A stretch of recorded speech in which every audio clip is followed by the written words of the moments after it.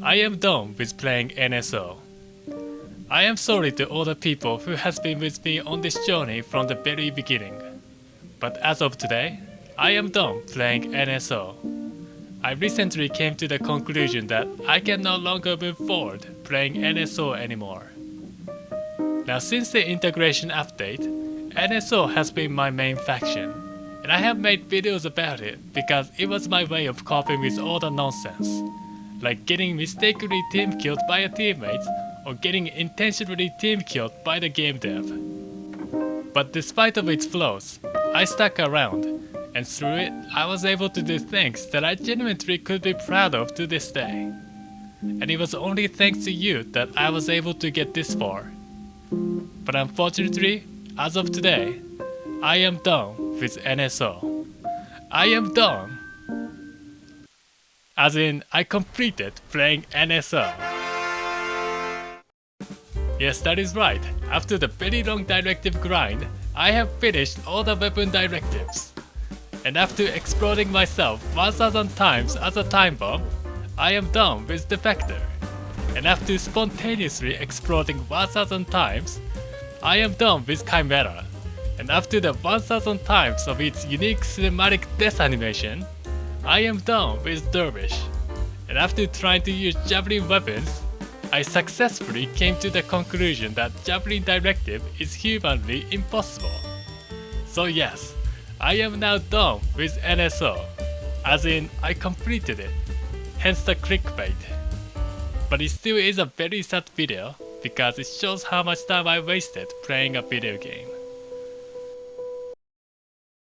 So that was the clickbait, and I don't know what to do for the rest of the video.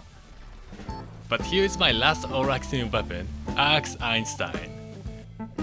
It's a unique long-range version of SR-75X, which itself is a short-range version of the SR-100. So basically, why does it even exist?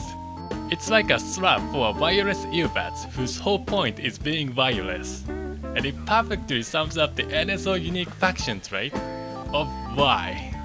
So what's the better weapon to be done with NSO than this one? And as you can see, this weapon's whole mechanics is damage not dropping over distance, which is pretty much meaningless in most situations, just like NSO weapons are meant to be. Meanwhile, it trades meaningful stats like maximum damage and magazine size, just like NSO weapons are meant to do. And of course, despite of being a long-range version, it has the slowest muzzle velocity of all sniper rifles to ruin its long-range capability, just as long-range NSO weapons are always meant to be. And of course, it doesn't have access to a suppressor. So it pretty much sums up my overall experience of NSO weapons. And I cannot even kill this guy standing still.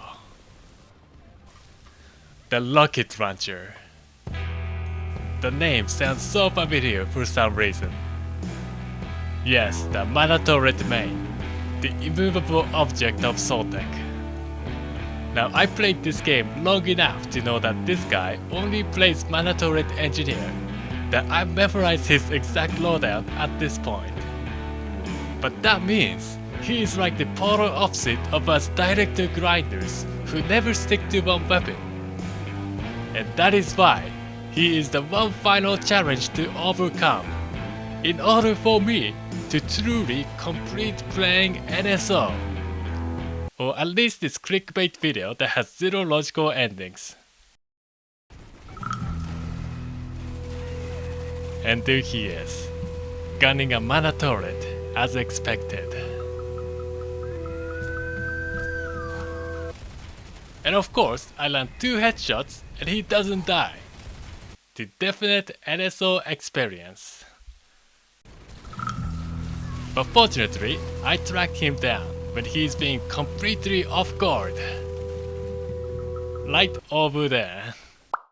Spamming under-barrel heal grenades, which is like the only other thing he does besides gunning mana turret. Now the problem is, I can't get to him with all the explosives going on at the choke point. And of course, thanks to the NSO infiltrator clock, I can't even sneak in.